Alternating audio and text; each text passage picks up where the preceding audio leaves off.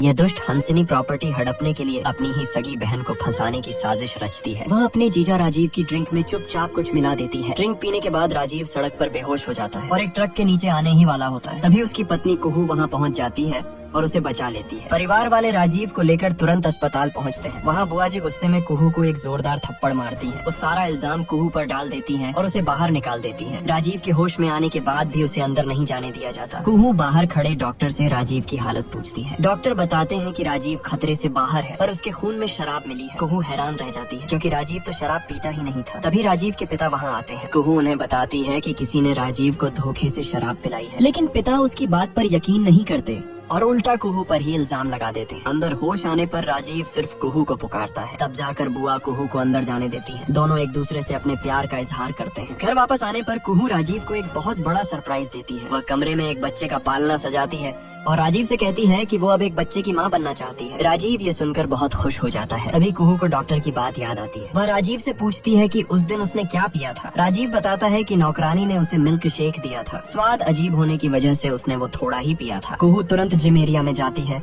और उस बोतल को सूंघती है। उसमें से शराब की तेज महक आ रही थी। वह नौकरानी को बुलाकर कढ़ाई से पूछताछ करती है तो नौकरानी बताती है कि उस दिन शेख उसकी बहन हंसिनी ने बनाया था। कुहू को समझ आ जाता है कि यह सब उसकी दुष्ट बहन की चाल थी। इतने दिन से वो अपनी बड़ी बहन समझकर सब सह रही थी, लेकिन अब वो अपने पति की जान से खेलने वालों को बर्दाश्त नहीं करेगी। उधर हंसिनी राजीव के ठीक होने की खुशी में पूजा का नाटक कर रही थी। कुहू सबके सामने जाकर उसे बुरा भला कहती है। हंसिनी गुस्से में कुहू को थप्पड़ मारने के लिए हाथ उठाती है, लेकिन कुहू तुरंत उसका हाथ पकड़ लेती है। कुहू सबके सामने हंसिनी की खौफनाक सच्चाई बता देती है। हंसिनी रोने का नाटक करती है और खुद को बेकसूर बताती है, लेकिन कुहू नौकरानी को बुला लेती है जो सबके सामने सच उगल देती है। अब हंसिनी का मंगेतर रोहन भी उसकी असलियत जान चुका था। वो गुस्से में हंसिनी को धक्का देता है और हमेशा के लिए रिश्ते तोड़ देता है। हंसिनी राजीव के अमीर पिता से मदद मांगती है, लेकिन वो भी अपने बेटे की जान लेने वाली को धक्के मारकर निकाल देते हैं। वो एक वकील को फोन करती है पर वहाँ से भी उसे निराशा ही मिलती है। अगले दिन उसका सारा सामान पैक करके उसे घर से निकाला जा रहा होता है। राजीव दया खाकर उसे कुछ पैसे दे देता है। तभी दरवाजे पर पहुँचते ही हंसिनी अचानक बेहोश होकर जमीन पर गिर जाती है। सबको लगता है कि वो हमेशा की तरह नाटक कर रही है, लेकिन जब उसे अस्पताल ले जाया जाता है